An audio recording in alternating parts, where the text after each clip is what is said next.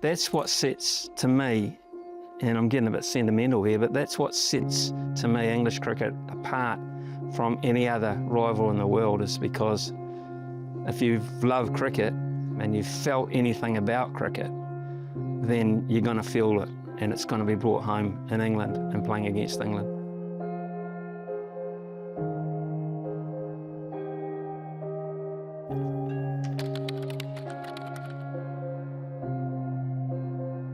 If we go right back to the mid-1800s, it was the English missionaries and traders who first brought cricket to the shores of Aotearoa when they introduced the game to Indigenous Māori. And the story of the New Zealand men's cricket team can't be properly told without recognising the enormous support that was provided by England. Not only from the point where we played our first test against them in 1930, but in previous summers and years where they were sending out teams of invitation sides to help us get up to the standard required to be able to play test cricket. I look at cricket in our country back then, we didn't play much. Our seasons were very limited, very few opportunities for players, no great exposure to the world. We were such a baby in the cricketing world. The value that England brought to Test cricket was that it saw the game as a global game and knew that it could only grow really if it played against other teams around the world. New Zealand in 1930 was just finding its way in terms of serious cricket. It was an incredibly exciting time for New Zealand cricket enthusiasts because cricket was one of the two main sports in New Zealand, and to be playing at test level was some real recognition.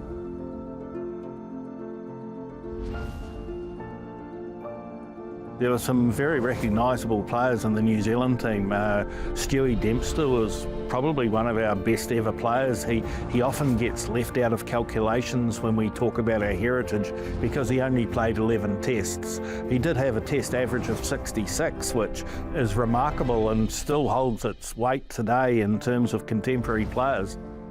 We drew the second test and acquitted ourselves very well and put ourselves on the map as a respected test nation.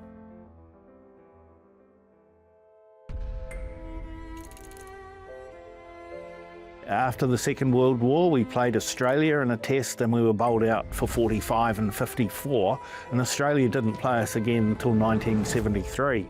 In that time, England played 29 tests against us and really helped us climb the ladder in terms of ability, capability, experience, and just understanding of what it took to play the marathon that is Test cricket.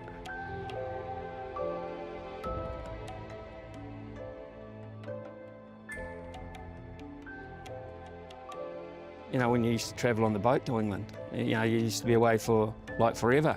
We hop on a plane these days and think, oh my God, 24 hours on a plane.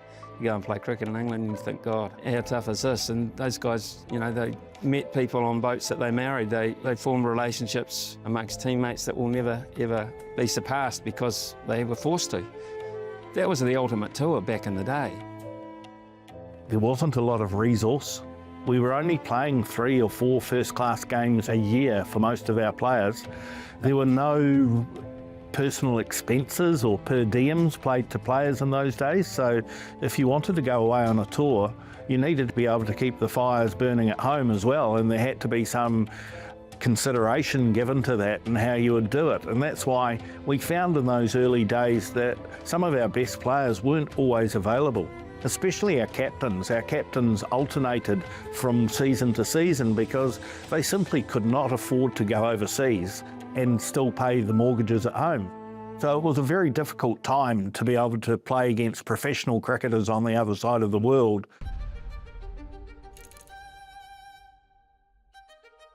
The tour of England we remember most in terms of kudos was the 1949 tour. Under Walter Hadley, and that was 4 tests. The England Cricket Board at that time had decided that they would be 3-day tests because they didn't really expect us to put up too much competition. But in fact, we drew all 4 and acquitted ourselves very well.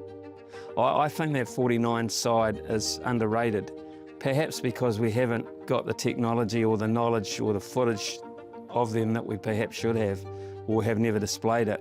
In all honesty, they shouldn't be taken for granted. With more record crowds waiting in blazing heat to welcome the start of the second test. And having won the toss, New Zealand take the field. It was a big tour for some biggish names in New Zealand cricket who started to emerge at the time. Sutcliffe at the top of the order. Martin Donnelly scored a well-regarded double hundred in the second test at Lords, where New Zealand got nearly 500, took a first innings lead, and John Reid emerged as well.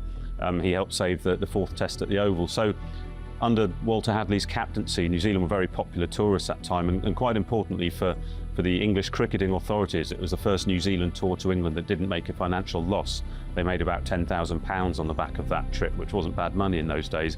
And it kind of said a lot about New Zealand's progress. They'd gone from a team that would play sort of weakened sides before the war to the full England team now, even though it was only over 3 days, but they pushed England all the way, and 0-0 felt like a good result for them. I look back on the 49ers and I think, how could, against some of the great names of England cricket, walk away from England with 4 draws? That was an immensely successful tour, on akin with going over there to win these days, when you looked at the cricket experience that we had.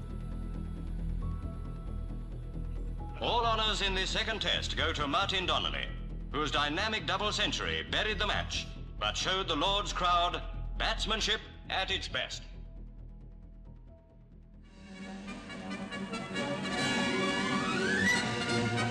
Wellington was windless and the sun shone when our cricketers came back on the Rangataata after losing only 1 game in their 7 months overseas.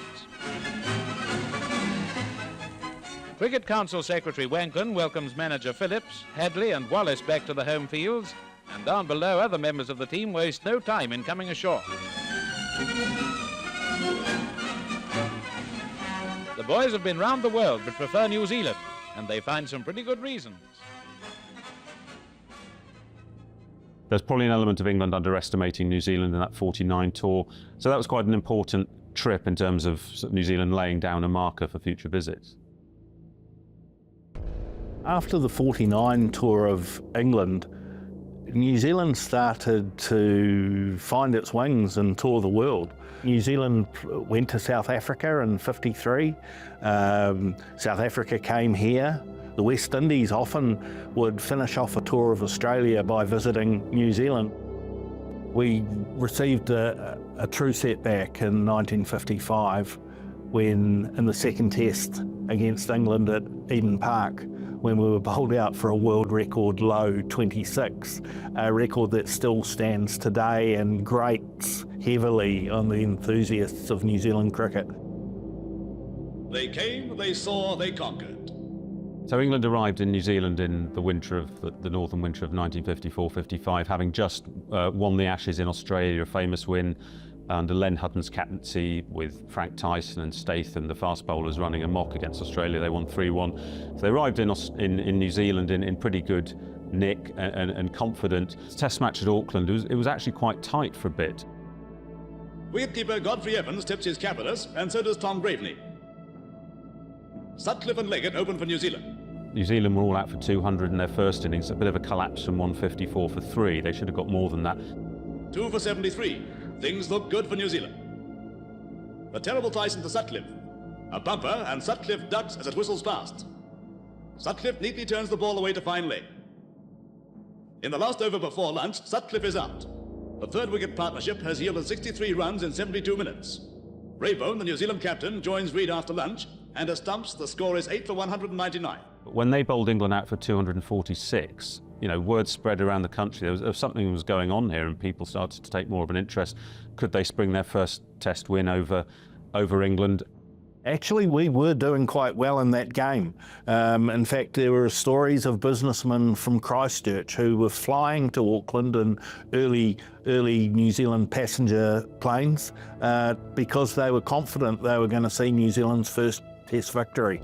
And by the time they touched down in Auckland, the game was over. Only 46 in front at the end of the second innings, Hutton leads his men into the field for the last time, and they slaughter the New Zealand Lambs. It would have been a massive headline around the world, because England back in those days, of course, the media side of it was well broadcast.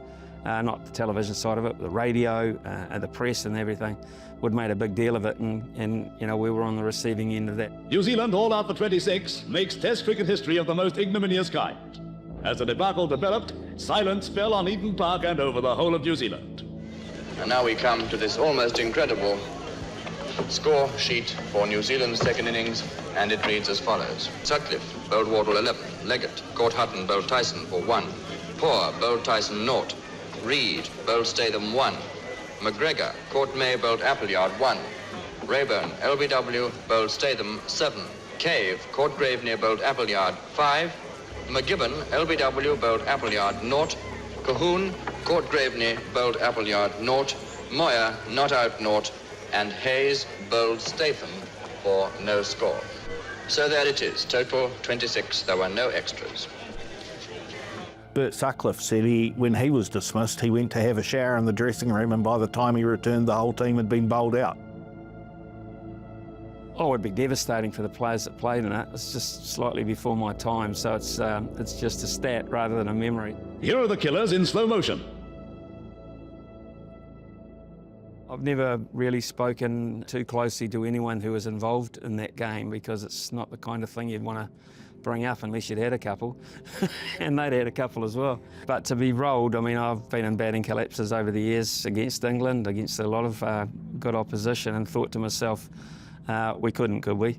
We couldn't get by out for less. And then I've witnessed test matches where other sides have threatened to knock us off our perch, but it hasn't quite happened. I mean, I think Australia were in deep trouble one day against South Africa and got out of it.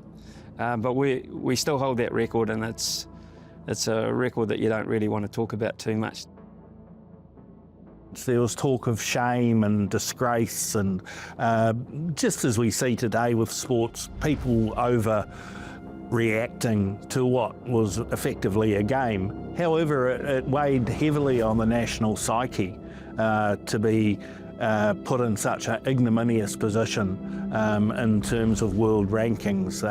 It was inconceivable in world cricket at that stage that a team could be bowled out for 26. That 26, it's going to take some beating, I think, and that was a traumatic moment for New Zealand cricket.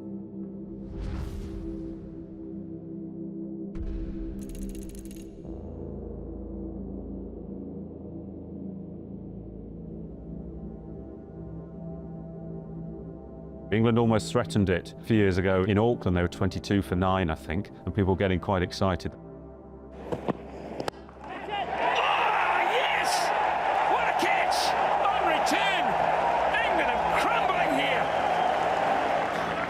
What a start this has been for New Zealand. Brilliant New Zealand this morning with the ball, but in the field as well, they've taken everything.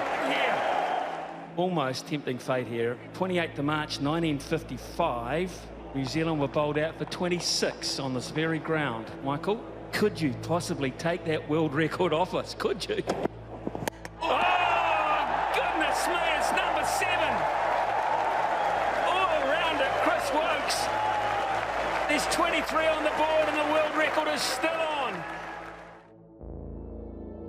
It's always brought up when quick wickets are lost at the start of any test, and even at the day-night test we had at Eden Park, there was a moment when it looked like 26 could be eclipsed by the England team, when Trent Boult and Tim Southee were doing very well. Gets it through, and he might get it all the way to the boundary as well. He does. Boundary 4 for Overton. The 26 is still New Zealand's. Someday it'll hopefully go. We've been saying that for what, nearly 70 years. So let's hope it does, and we don't own it anymore, but not one of our greatest days out, no. 26 just seems to be a number that keeps popping up. We gained test status in 1926. We were bowled out at Eden Park for 26. And it would be 26 years after playing our first test in 1930 that we would finally taste victory.